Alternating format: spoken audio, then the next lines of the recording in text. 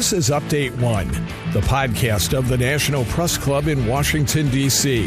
Update One provides a forum for listeners to learn about national and international stories, focusing on journalism and communication issues, news, and politics. Now, the latest edition of Update One. On this edition of Update One, we'll hear from Michael Smeltzer, analyst on Russia and the Eurasian region at Freedom House, which was founded in 1941 to monitor the state of democracy around the world. I'm Irv Chapman, a longtime member of the National Press Club. We'll be talking about Russia and the effort of the Putin regime to silence the opposition press in advance of forthcoming elections for the parliament. Mike, Putin is a product of the Soviet Union, so let's start with a look back at the control of information by the Soviet regime, from children's books to newspapers to radio and television. From the outset, didn't the communist leadership consider that as almost as important as the secret police?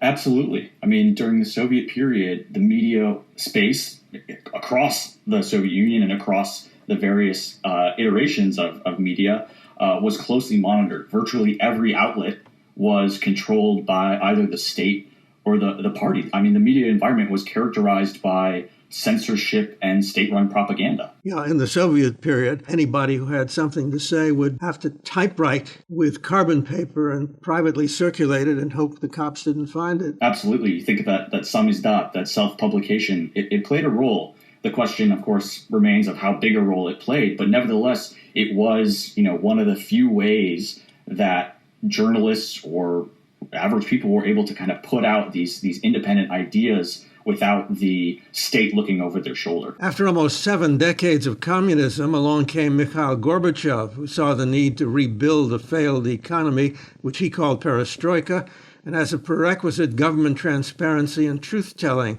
and that was glasnost. So what was the impact on Russian news media? This period did see a slight easing of state control of what was published.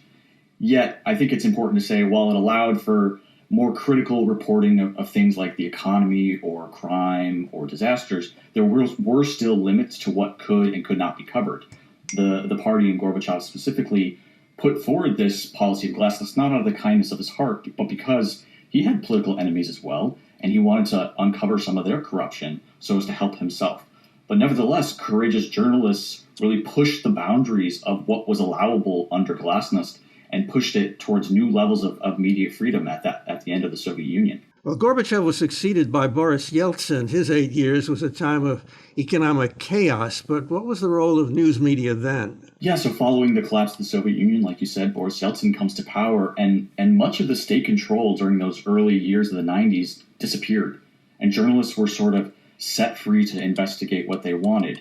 When you think about it in the historical context, it really was this period of unprecedented media freedom in Russian history.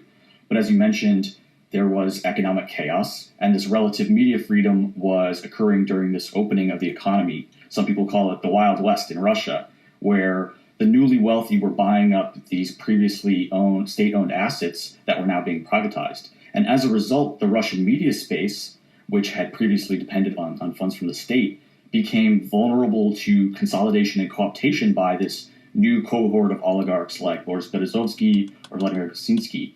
And this reliance on wealthy individuals ultimately reduced the editorial independence of this new free media, particularly given the role that these media barons played in the political realm. They had their own political goals and used their newly purchased media outlets to achieve those. Yeltsin chose Vladimir Putin as his successor for reasons you might suggest. How long was it before Putin began to target the press?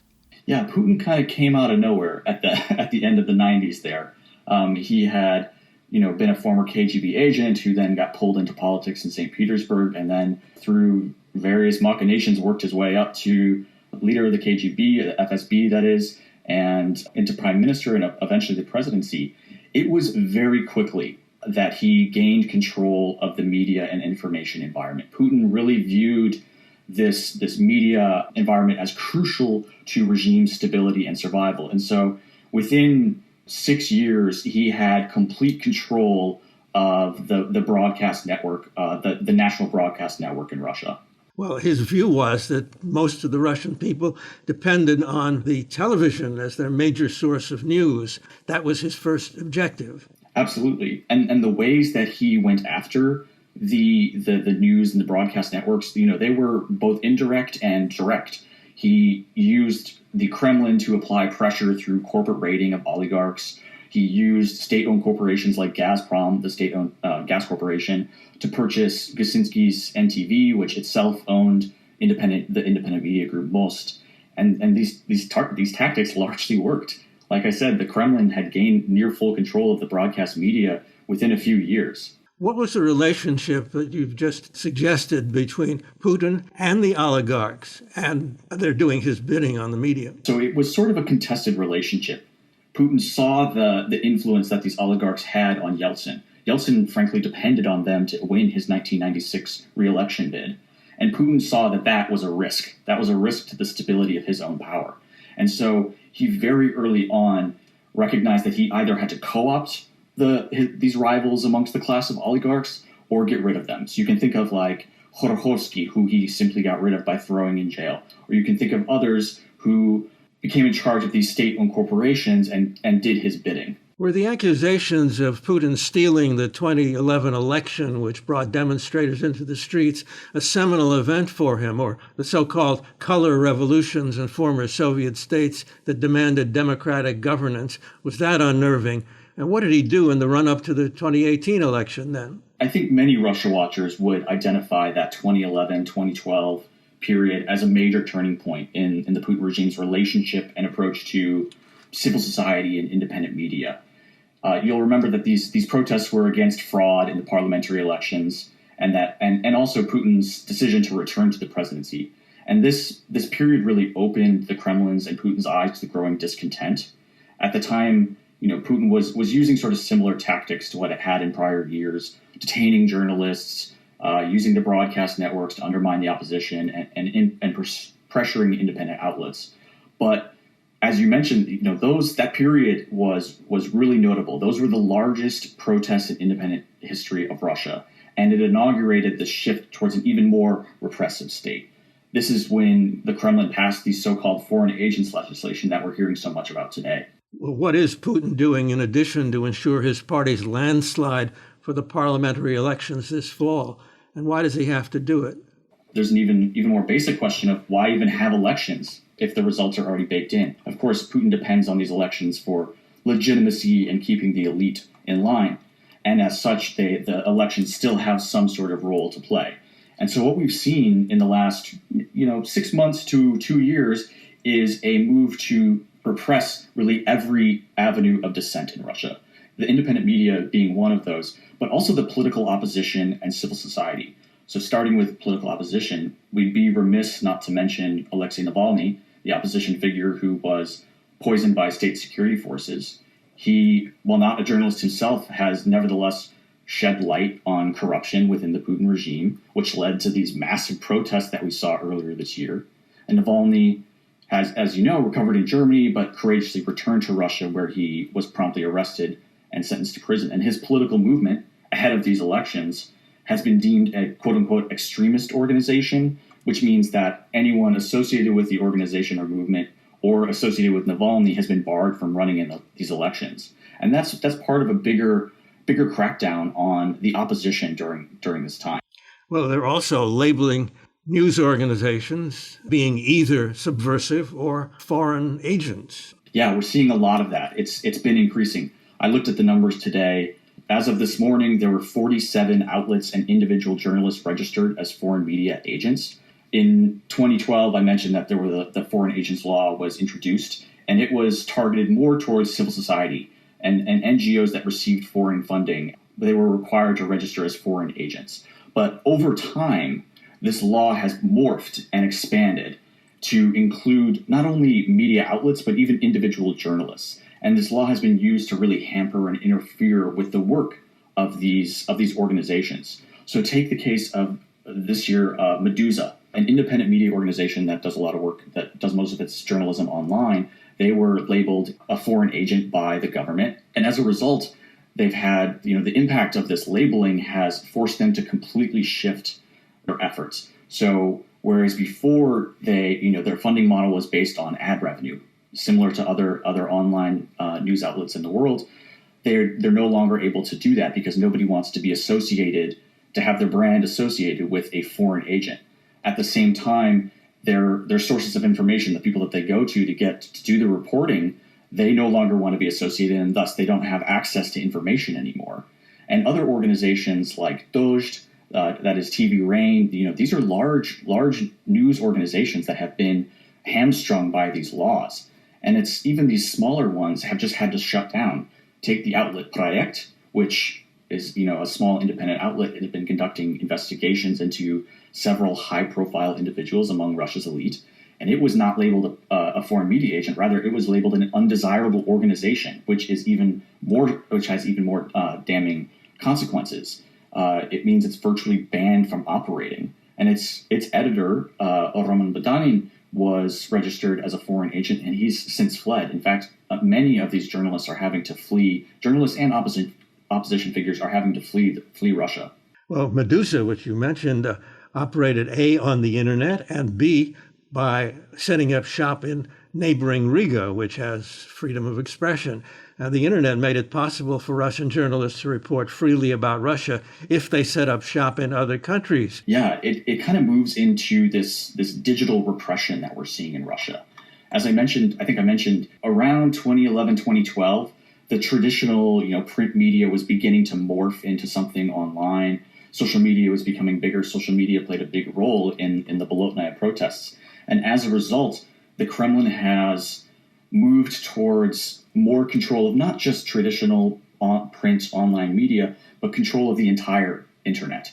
What we've seen is this move towards, just this year, they recognized the internet as a national security threat in their national security strategy, calling it a destructive influence. In 2019, they moved towards a sovereign internet law. It's called the Sovereign Runet Law, which makes this goal of having a sovereign internet over which they have complete control. And as a result of these laws, the infrastructure is much more controlled by the government. And so they're able to go after specific websites and just block them. Right now, Medusa is still up. They haven't been completely blocked, but nevertheless, they have this thing that they have to post on every single page that says, we are a foreign media agent. Whatever we publish is the publishing of a foreign media agent. And if they want to tweet something, that thing that they have to post is already 220 characters. So it's not like they can even post any information. So the digital repression, the repression of the independent media has moved into sort of a digital repression, which is moving into now it's not even journalists that are being attacked, but it's just individual citizens who are if you post something online, they're going to come after you. Do you think they're going to wind up with the Great Firewall, as in China? Right now, the government is trying to sort of create a firewall, not by just blocking the internet, but rather by strong-arming tech companies through this web of complex and evolving regulations. So they've attempted previously, I think back in March, they attempted to throttle Twitter. Roskomnadzor, the telecommunications regulator, has sued Google and Facebook and TikTok and Twitter to try and get them to take things down. And just last Monday, the authorities ordered Google and Apple to remove Navalny's app from their stores. So they're trying to create a firewall not through their own infrastructure, but by strong-arming these tech companies into doing it for them. The Russians have had a public opinion research company, never possible in Soviet times. What does it tell you about what the Russian people feel, think of Putin, and for that matter, of the way the country is run, the way the pandemic has been dealt with, or anything that might be a threat to Putin? Yeah, you're right, there's Levada Center, this sort of semi-independent polling place that looks at different sectors of society, asking them about political events and such. Most recently, just a couple days ago, they put out a result of the survey that was conducted last month, in which they asked people, do you expect there to be protests soon? And they had previously asked this in January, around the time that Navalny was arrested. And at that time, lots of Russians expected there to be protests, both against economic issues like corruption, but also against political issues like against Putin himself. But more recently, there has been a serious decline in the number of Russians who think there will be protests. And it's interesting also to think about this in terms of a generational divide. If you look at these surveys that they do, you often see younger Russians more willing to express dissatisfaction with the current state of affairs. In fact, a number of young Russians in a recent survey said they were looking to emigrate out of Russia. So, I think it's helpful to look at these surveys. You should take them a little bit tongue-in-cheek, as you never know if people are answering truthfully because of fear of the repercussions from the regime finding out that they answered that they were unhappy with Putin.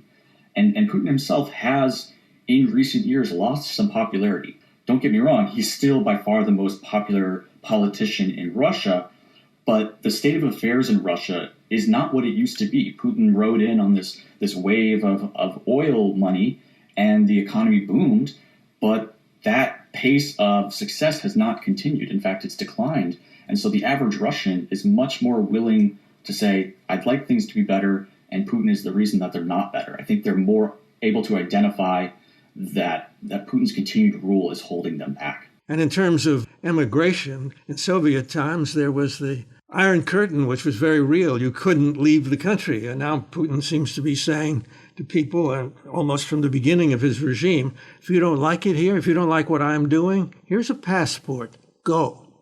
Absolutely. You see this with a lot of allies of Navalny right now. They are recognizing that this fight seems to be lost, or at least that's how they interpret it. And it's either stay and be thrown in jail like Alexei Navalny, or get out and be, a dissident abroad. There are plenty of exiled dissidents who are constantly speaking up about Russia, but honestly, their impact is unfortunately limited by the fact that Putin and the Kremlin seem to not care at all what they have to say and want to continue this repressive trend. By the end of this year, what will be left for the Russian people to obtain truthful information, if indeed they want it? It certainly feels like this is the last gasp of truly independent media in Russia. And I don't want to make any predictions about where it's going to go. Russians may have to turn towards using VPNs to access information outside the Russian internet. They may have to just go to their local neighbor to find out what's happening in the neighborhood. It's a serious question about how are they going to get this information when all the avenues of independent media are being seriously repressed in this country right now. Well, on that dispiriting note, we've been talking with Michael Smeltzer of Freedom House on this edition of Update One. I'm Irv Chapman with the National Press Club in Washington. Mike, thank you. Thank you.